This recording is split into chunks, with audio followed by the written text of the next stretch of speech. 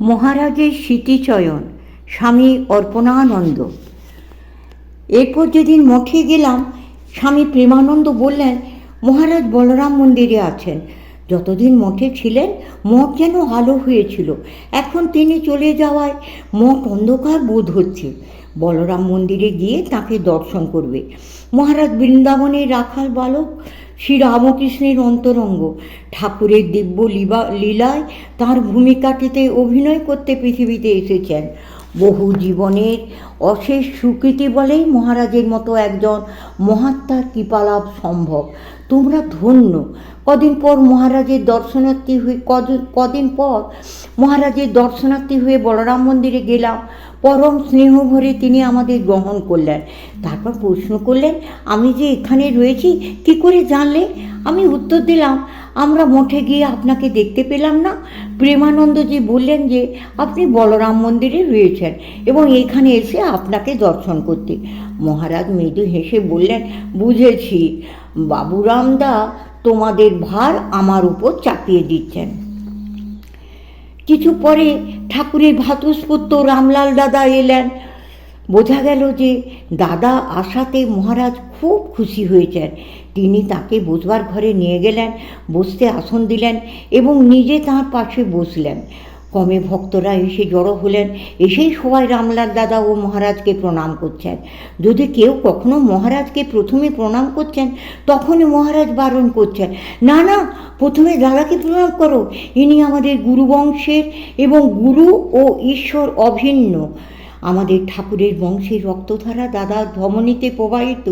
আমার দৃঢ় বিশ্বাস মহারাজ শ্রী রামকৃষ্ণ ও তাঁর পরিবারের সবার প্রতি ভক্তদের গভীরতর বিশ্বাসে উদ্বুদ্ধ করবার জন্য এই কথা কয়টি বলেছিলেন। রামলাল দাদা মহারাজকে কয়েকবার দেখতে যাওয়ার সময় আমরা এও লক্ষ্য করেছি যে মহারাজ যুক্ত করে দাঁড়িয়ে প্রথমে তাকে বসতে দিয়ে তবে নিজে বসতেন। এই দিনটিতে মহারাজকে যেন বিশেষ রূপে ভাবরাজ্যে আরূঢ় মনে হলো, কারণ রামলাল দাদার উপস্থিতি তাকে দক্ষিণেশ্বরের পুরনো দিনের কথা স্মরণ করিয়ে দিচ্ছিল। মহারাজ, দাদা, ঠাকুরের সম্বন্ধে আমাদের কিছু বলুন। রামলাল দাদা, তা ভাই, সে সময় অন্তত আমি তো তার বিরাট স্বরূপ উপলব্ধি করতে পারিনি। আমি ভাবতাম তিনি আমাদের খুড়ো, তিনি জগন্মাতার বিশেষ কৃপাপাত্র, তাই অত লোক তাঁর কাছে আসে। সত্যি ভাই, তোমরাই তো সেই মহাপুরুষকে যথার্থ চিনলে। তাঁর ত্যাগের আদর্শে অনুপ্রাণিত হয়ে তুমি পত্নী পরিবার সর্বস্ব ত্যাগ করলে। সেই জন্যেই তো তাঁর করুণায় সেই স্পর্শমণি ছোঁয়া পেয়ে তুমি অমৃতের অধিকারী হয়েছ এবং এখন সবাইকে দু হাতে অমরত্বের আশীর্বাদ বিলোচ্ছ। আমরা জাগতিক অর্থে যারা তাঁর আত্মীয়, তিনি যে কে তা বুঝতে পারিনি, কিন্তু তাঁর কৃপায় আমার এইটুকু বিশ্বাস হয়েছে যে আমরা যারা তাঁর পরিবারে জন্মেছি তাঁর পাদপদ্মে অবশ্যই আশ্রয় লাভ করেছি। তার মুখে আমি শুনেছি যে যখন কেউ সত্য লাভ করেন, তার পূর্বের এবং পরের 7 পুরুষ মুক্ত হয়ে যায়। আর ভগবান স্বয়ং আমাদের বংশে মনুষ্য দেহে অবতীর্ণ হয়েছিলেন। তাঁর কৃপা বলে ও পূত সঙ্গ লাভে আমাদেরও বহু দর্শনাদি ও আধ্যাত্মিক অনুভূতি হয়েছিল। এভাবেই তিনি তার প্রতি আমাদের মনে বিশ্বাস ও ভক্তি জন্মালেন। কাশীপুর উদ্যানবাটির সেই দিনটিতে 1 জানুয়ারি 1886 তিনি অন্যান্যদের মতো আমাকেও স্পর্শ করেছিলেন। তার স্পর্শজনিত অপূর্ব অনুভূতি স্মরণ করলে আমি রোমাঞ্চিত হই। এই ঘটনাটি সম্পর্কে রামলাল দাদা পরে বলেছিলেন, সেদিন তার স্পর্শ দ্বারা তিনি আমাকে সুস্পষ্ট রূপে আমার ইষ্টরূপের দর্শন করিয়েছিলেন।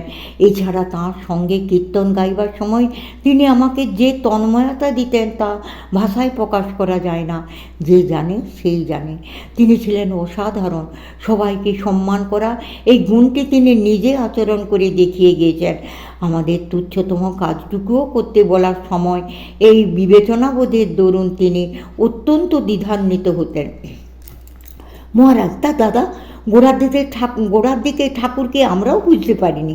বহুবার আমরা তাঁর যথাযথ সম্মান করিনি, কিন্তু তিনি অহেতুক করুণা সাগর। তিনি আমাদের বহু ত্রুটি ক্ষমা করেছেন এবং তাঁর স্নেহ ভালোবাসা দিয়েই আমাদের আপনার করে নিয়েছেন। সেই সময় আমি অত্যন্ত অহংকারী ছিলাম এবং তুচ্ছ বিষয়ে ধৈর্য হারাতাম। ঠাকুর আমায় বললেন, ক্রোধ হলো আসুরি, দম্ভ ও ক্রোধ আধ্যাত্মিকতার পথে বিরাট বাধাস্বরূপ। তুমি এখানে পবিত্র জীবনযাপন করতে এসেছো, ক্রোধ ও ঈর্ষা ত্যাগ করো। একা তার মধ্যেই আমরা আমাদের মা, বাবা, ভাই, বন্ধু সব কিছু পেয়েছি। কথাগুলি বলে মহারাজ যুক্ত করে এই মন্ত্রটি উচ্চারণ করলেন। তমেব মাতা চ পিতা তমেব, তমেব বন্ধুশ্চ সখা তমেব, তমেব বিদ্যা দ্রবিণং তমেব, তমেব সর্বং মম দেব দেব। মহারাজ চোখ বন্ধ করলেন। কিছু পরে তিনি বললেন, এমন আকুল করুণা পাথার পৃথিবীতে আর দ্বিতীয় কেউ কখনো আসেনি। যারা এই সত্য বুঝেছে ও যাদের তিনি কৃপা করে বুঝিয়েছেন, কেবলমাত্র তারাই তাকে জানতে ও বুঝতে পারে। তারা ধন্য। এই কথা বলে মহারাজ হনুমানের সেই উক্তির উদ্ধৃতি করলেন। ওরি কুশীল, করিস কি গৌরব, ধরা না দিলে কি পারিস ধরিতে। মহারাজ শ্রীরামকৃষ্ণ তার ভক্তদের প্রতি আসক্ত, তার কৃপাপবন বইছে, একটু কষ্ট করে তোমাদের পাল্টি তুলে দাও। তারপর সেই করুণা বাতাসের ছোঁয়া পেয়ে তোমাদের জীবন তরি তাঁর পায়ে গিয়ে কুল পাবে। ঠাকুর প্রায় আত্মপ্রচেষ্টা ও আন্তরিকতার কথা বলতেন। আধ্যাত্মিক জীবনে আগ্রহ এবং আত্মোদ্যম ছাড়া কিছুই করা যায় না। তিনি বলতেন, আমি ভাত রান্না করে তোদের সামনে রেখে দিয়েছি, এখন তোরা এই বাড়া ভাতে বসে যা, নিজের হাতে মুখে পুড়ে দে। এটুকু উদ্যমের প্রয়োজন। তার কাছে সমস্ত মন দিয়ে প্রার্থনা করো, একমাত্র তবেই তোমরা তার জন্য আকুল হবে। ক্ষুধা থাকলে আহার্য উপভোগ করা যায়, ক্ষুধার অভাবে সাধু ভোজদ্রব্যেরও আমরা সম্মান রাখি না। এই জন্য লোকে তার নামামৃত আস্বাদন করে না। এখন যদি ভাবো তোমাদের মন ভগবানের দিকে একটু যাচ্ছে, তবে তার প্রতি তোমাদের চিত্ত নিবিষ্ট করো ও সাধন করো। সাধনা করতে থাকলে সাহায্য পাবে। ঠাকুর বলতেন, মা তার জ্ঞান ভাণ্ডার থেকে রসদ জোগান। যদি তুমি আগুনের উত্তাপ অনুভব করতে চাও, অনেক দূরে সরে থাকলে চলবে না। উত্তাপ বোধ করতে হলে আগুনের কাছে আসতে হবে। পুণ্যাত্মাদের সঙ্গ করবে এমন কারো কাছে যাও যিনি রাস্তা চেনেন, তার কাছে পথের সন্ধান নাও এবং সেই পথে চলো। কেবলমাত্র তবেই তুমি তোমার গন্তব্যে কোনো দিন পৌঁছাবে। একমাত্র তাহলে ভক্তি ও বিশ্বাস জাগবে। রামলাল দাদা বিনয় নিলেন, তিনি দক্ষিণেশ্বরে ফিরে যাবেন। আমরা তাকে ও মহারাজকে প্রণাম করলাম। তাঁদের কথা এবং শ্রী রামকৃষ্ণের অসীম কৃপার কথা ভাবতে ভাবতে সেদিনের মতো বলরাম মন্দির ত্যাগ করলাম। আবার মহারাজকে দর্শন করতে বলরাম মন্দিরে গিয়েছি। কথোপকথনকালে আমাদের মিশনের কাজের কথা উঠল। মহারাজ বললেন, কেউ যদি কর্মফলের প্রত্যাশা না করে নিঃস্বার্থভাবে কাজ করে, তাহলে কর্মে আসক্ত হয় না।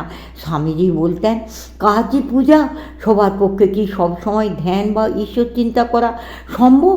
সেই জন্য ঈশ্বরের সাথে একাত্মবোধে পৌঁছানো সহজ করার জন্য স্বামীজি নিঃস্বার্থ সেবার শিক্ষা দিলেন। জানবে যে সকল কর্মই প্রভুর কর্ম। কাজ করবার সময় নিজেকে ভুলতে শেখো। সকল আধ্যাত্মিক সাধনারই লক্ষ্য হচ্ছে অহংবোধকে বিনষ্ট করা। ঠাকুর বলতেন, আমি মোলে ঘুচিবে জঞ্জাল।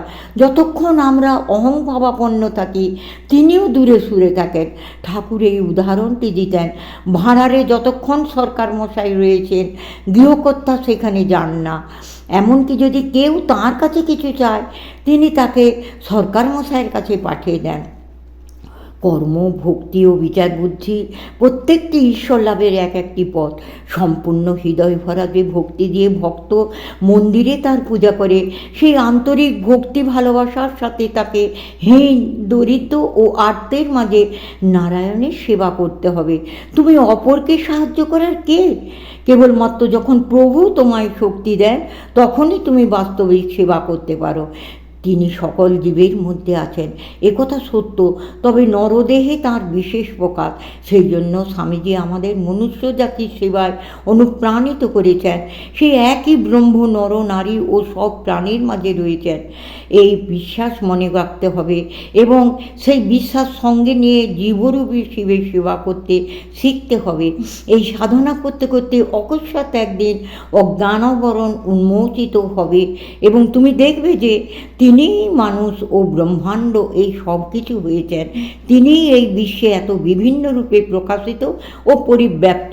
তুমিও সেই সর্বময় শিব এবং এভাবে জীবের মাঝে শিবের সেবা করতে পারো। একবার ঠাকুর মণিমল্লিকের মেয়েকে প্রশ্ন করেছিলেন, কাকে তুমি সবচাইতে বেশি ভালোবাসো? সে উত্তর দিল, আমার একটি ভাইপো আছে, আমি তাকেই সবচেয়ে বেশি ভালোবাসি। ঠাকুর তাকে বললেন, খুব ভালো, তোমার ভাইপোকেই গোপাল জ্ঞানে সেবা করো, স্নান করাও, আহার করাও।